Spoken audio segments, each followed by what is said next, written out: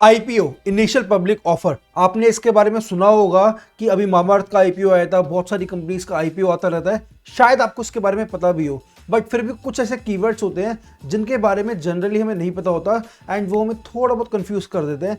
आज हम डिस्कस करेंगे आईपीओ के अराउंड मेन कीवर्ड्स, ताकि आपको आइडिया लग जाए कि किसी भी कंपनी के अगर आप आईपीओ की डिटेल्स पढ़ो तो ओके इसका मतलब क्या है। पहले मैं आपको आइडिया देता हूँ आईपीओ होता क्या है।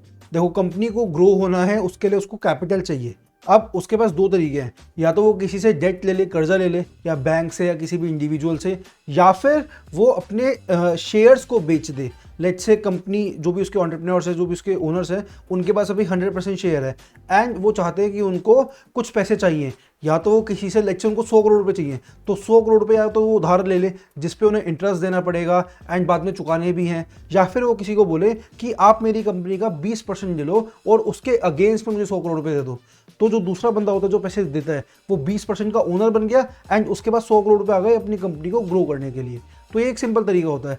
आईपीओ का मतलब होता है इनिशियल पब्लिक ऑफर, कि कंपनी जब पब्लिक के पास जाती है पैसा मांगने के लिए, सिंपल वो होता है आईपीओ। अब जब कंपनी पब्लिक के पास जा रही है तो उनको कुछ तो बताएगी ना, कुछ तो दिखाएगा ना कि हम क्या है, क्या काम करते हैं और किस तरीके से काम करते हैं। तो वो सब दिखाने के लिए होता है प्रोस्पेक्टस। प्रोस्पेक्टस के अंदर सारी डिटेल्स होती है कि कंपनी क्या उसके ऑब्जेक्टिव्स है, क्या वो चाहती है, क्या उसकी सारी डिटेल्स है। अब ये दो तरीके के होते हैं। एक होता है ऑथराइज्ड प्रोस्पेक्टस, ये बेसिकली आईपीओ के बेसिक फीचर्स को शो करता है कि आईपीओ के क्या बेसिक फीचर्स है।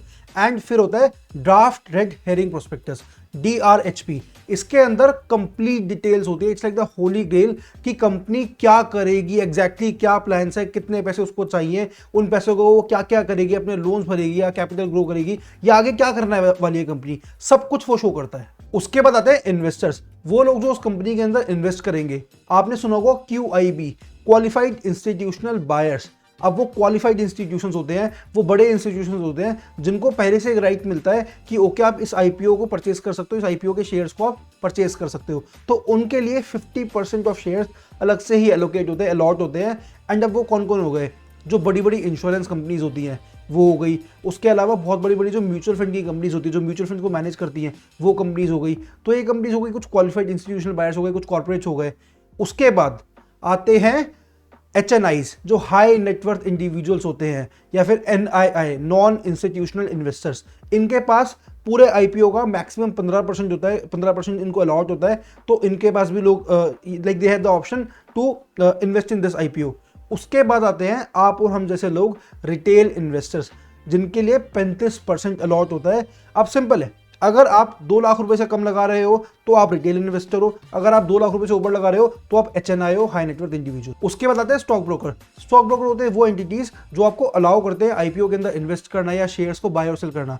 जितना जरूरी है एक अच्छा आईपीओ चूज करना है, उतना ही जरूरी है एक स्टॉक ब्रोकर अच्छा चूज करना जरूरी है, क्योंकि आपको अल्टीमेटली उस पर ही बाइंग और सेलिंग करनी है। तो वो एक रिलायबल प्लेटफॉर्म होना चाहिए, रिलायबल कंपनी होनी चाहिए। उसके लिए मेरी एक रिकमेंडेशन है इंजन, आप जाके एक्सप्लोर करना। They have good features, company काफी स्ट्रांग है एंड ओवरऑल जो उनका ऐप UI वगैरह है वो काफी अच्छा है। फिर आता है बिड लॉट। जब भी आप किसी आईपीओ के अंदर इन्वेस्ट करते हो, आप एक शेयर के अंदर नहीं करते, आप एक लॉट के अंदर करते हो।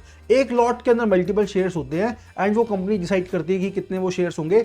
आप मल्टीपल लॉट्स खरीद सकते हो, लेकिन एक लॉट तो आपको खरीदना मिनिमम है ही है। फिर आपने देखा होगा फिक्स प्राइस और बुक बिल्डिंग। ये दो तरीके होते हैं जिनसे कंपनी आईपीओ लॉन्च करती है। फिक्स प्राइस होता है कि आईपीओ का जो लिस्टिंग प्राइस होगा वो उन्होंने पहले से ही फिक्स कर दिया, और बुक बिल्डिंग प्रोसेस होता है कि वो आपको एक रेंज दे देंगे, प्राइस बैंड दे देंगे कि इतने से इतने के बीच में आप बिड कर सकते हो। एंड जो ओवरऑल डिमांड होगी उस आईपीओ की एंड बहुत सारे फैक्टर्स होते हैं, उनके बेसिस पर बाद में प्राइस डिसाइड होगा, बुक बिल्डिंग। फिर आपने देखा होगा issue price. Issue price simple होता है कि जिस प्राइस पे इन्वेस्टर्स को शेयर्स एलोकेट हो रहे हैं वो होता है इशू प्राइस। एंड फिर आपने देखा होगा ओवर सब्सक्राइब, अंडर सब्सक्राइब।